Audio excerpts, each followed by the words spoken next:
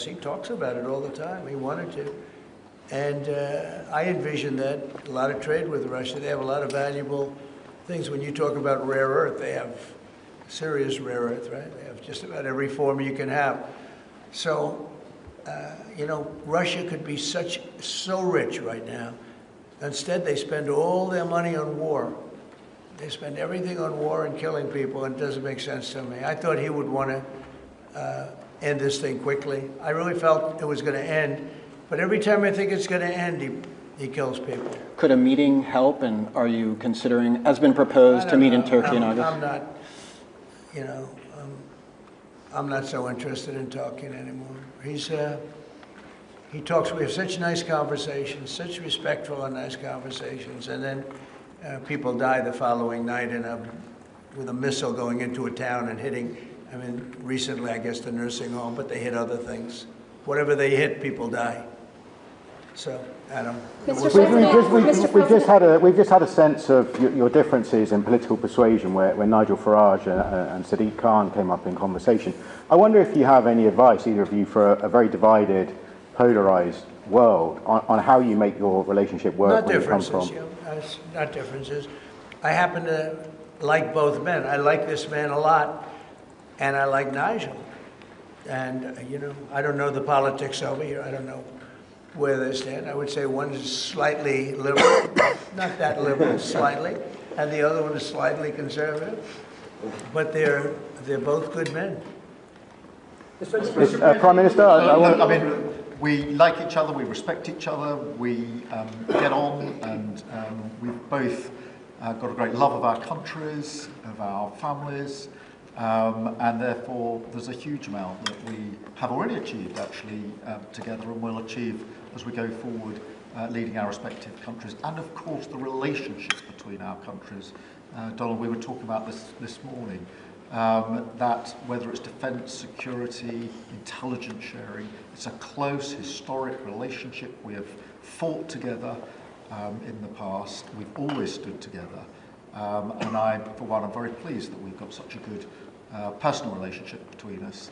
And I think it just shows that even if you come from different political perspectives, different backgrounds, actually there's a huge amount of common ground when it comes to what is in the best interests of our two great countries, and they are two great countries. And I think that because we focus on what's best for our countries, we get along very well, and I'm very pleased that that's the case. Mr. President, your Treasury... You know he wants to cut taxes as much as he can, and you know, politics is pretty simple. It's, I assume there's a thing going on between you and Nigel, and it's okay, you know, it's two parties. But generally speaking, the one who cuts taxes the most, the one who gives you the lowest energy prices and the best kind of energy, the one that keeps you out of wars, it's kept you out of wars, but the one that keeps you out of wars, you know, you have a few basics, and you can go back 1,000 years, 1,000,000 years, whoever does these things, but low taxes, keep us safe, keep us out of wars, no crime, stop the crime, and in your case, a big immigration component, you know, because I know that your attitude has become strong on immigration, strong on the toughness of immigration. But I think whoever's going to be, I think I won because we had a lousy president, to be honest with you. We had an incompetent president. But I won because I was very strong on immigration. Now, we had inflation, we had sort of a bad economy with this guy, we had a lot of problems, but I focused on immigration more than I did anything else, and I think I won because of immigration. I think I won because of the border. I had a bad border where millions of people were coming in to our country illegally, and as you know, in last month, 0 people came into our country illegally, 0. So we went from a bad, incompetently run border to the most competently run border that anybody's ever seen. Prime Minister, the President makes it look easy dealing with illegal migration. You must be envious of his record in such a short period of time. Well, I think we've been discussing illegal migration is a huge issue in both of our countries. In the United Kingdom, it is a real cause for concern, and that's why we must bear down on it in all its aspects, upstream, across Europe, where a lot of ours comes through northern France, across the Channel, working with our allies, with our colleagues to break the gangs that are actually running this trade, but equally being very strong that when people have arrived in this country who've got no right to be here, then we should be removing them to their own country. And that's why I'm really pleased that we've been able to focus on this very intensely and get 35,000 people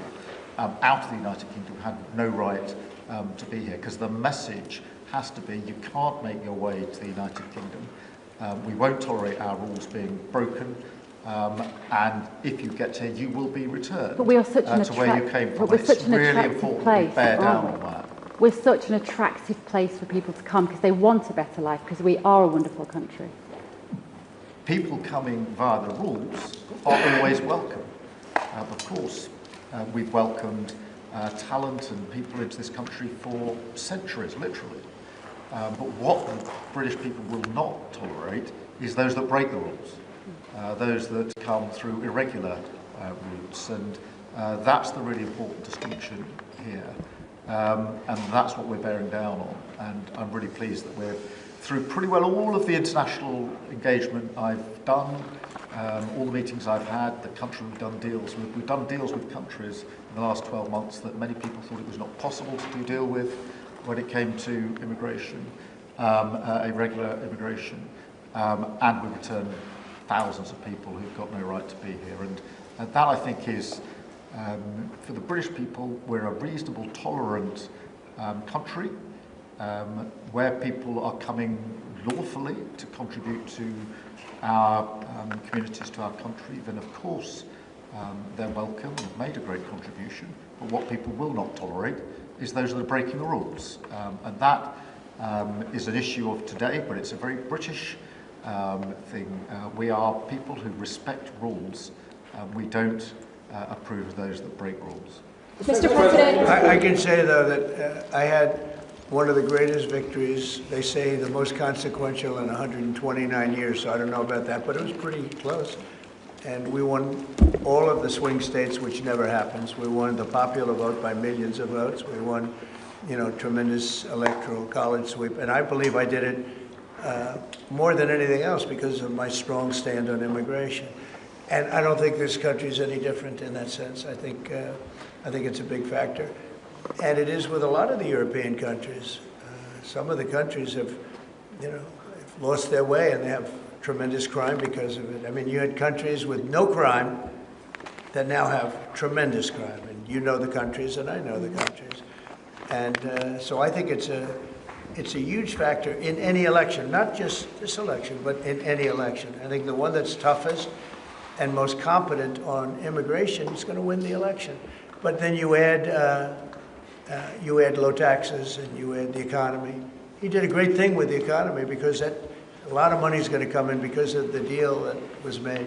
But I think that immigration is now bigger than ever before. Mr. President, your Treasury Secretary is meeting with Chinese trade officials right now. Right now.